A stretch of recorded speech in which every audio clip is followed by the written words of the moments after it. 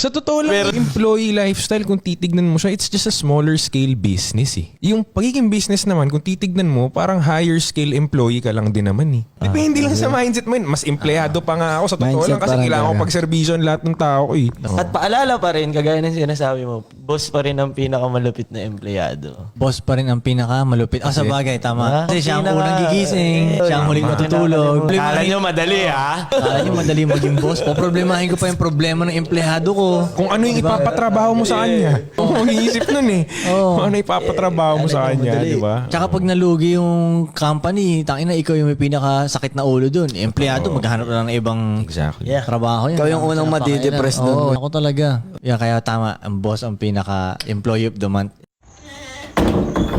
Hindi naman under tawag din ko yung respeto sa isa't isa.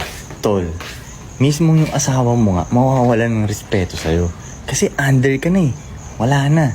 At yung ibang mga lalaki, mawawalan din ng respeto sa'yo. Kasi nakikita nila na kinakaya-kaya ka lang ng asawa mo.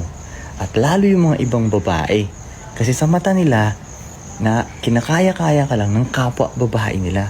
So yung respect nila bumababa sa'yo. Kailan ka nakarinig na yung babae lalong nagkagusto sa'yo dahil nalaman niyang under ka? Para sa akin yun ang matalino pag alam mong bobo ka pa rin. Kasi yung mga bobo, feeling nila, alam nila lahat eh. Ayun yung totoong bobo ko eh. Alam ko yan. Pag matalino ka, hindi ka alam takot ko yan. magmukhang bobo eh. So yun, pag matalino ka, hindi ka takot magmukhang bobo. Oo, lagi ako na-amaze. Lagi, Tatanong. lagi ako nagtatanong, di ba? Minsan gusto ko nga ganun eh. Hindi nila alam na alam ko pala. Parang sa mga tattoo ba, minsan hindi nila alam may tattoo ako. Sa bagay, hindi. Hindi, pero nung wala pa akong tattoo sa ulo, di ba? Nakasuot ka lang lahat ganyan. Sila magyabang sila ng tattoo niya. Tangina pare, ang sakit ng tattoo ko dito pare. Tangina, ilang oras akong tinatuan. Ganun siya. Ako hindi ka lang magsalita. Yun lang, buong katawan may tattoo, no? Parang mga ganung shit.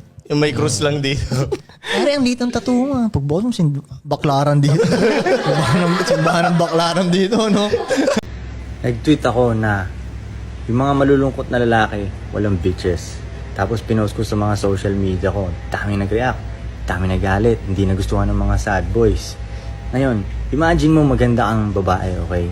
Siyempre maganda ang babae, daming dumidiskarte sa'yo. Yung DMs mo, punong-puno ngayon yung DMs mo, nakakuha ka ng DMs mula sa mga artista, sa mga rappers, mga politicians, o kung ano man. Basta marami kang options. Sa tingin mo, ang pipiliin mo pa rin yung malungkot na lalaki? Di ba? Siyempre hindi, di ba? Kaya kayong mga malalaking malulungkot dyan, kaya nga kayo walang babae, kasi malungkot kayo eh. Walang nagkakagusto sa malungkot na lalaki. What makes a man a great leader? Pag greet ka yourself muna. Pag nagawa mo munang greet yung sarili mo. Pag kaya mo munang i-lead yung sarili mo. Kasi matik yun susunod yung mga tao sa'yo kahit hindi ka na mag-utos eh. Kasi makita nilang maganda yung resulta ng buhay mo. Most likely, ikaw na yung i-appoint nilang leader ng buhay nila, parang ganun. Wait, parang hindi nga eh.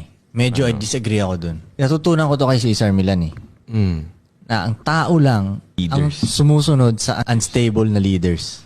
Ang lahat ng hayop, ang sinusunod nilang leader, yung pinakakalmado sa lahat at pinaka-okay sa lahat. Pero tao, susunod tayo sa unstable na leader. Let's say, siya yung leader, pero kung sisilipin mo yung buhay ng tao yun, ang gulo-gulo.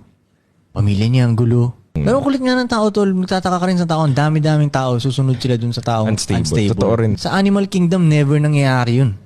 Mga aso, ang susundin nila yung pinakakalmadong aso eh. Yep. Tinan mo, yung ibang mga leader na kilala nyo, hindi kalmado. Nagagalit, ang daling mapikon. Hindi stable yung mga emotions nila. Parang, ang daling, alam mo yun, pumitik. Yep. Parang ganun. Hindi maayos relationship niya sa asawa niya. Hindi maayos relationship niya sa anak niya. Hindi maayos relationship niya sa ibang mga lalaki. May mga gustong, alam mo yun, may mga gustong pumatay sa kanya, mga ganung shit. Sa bagay, hindi. Pag mataas ka naman, maraming gustong pumatay sa'yo. Pero yun, hindi maayos relationship niya sa kung saan-saan man. At sa sarili din niya. Hindi niya maalagaan ang sarili niya, hindi niya maano. Pero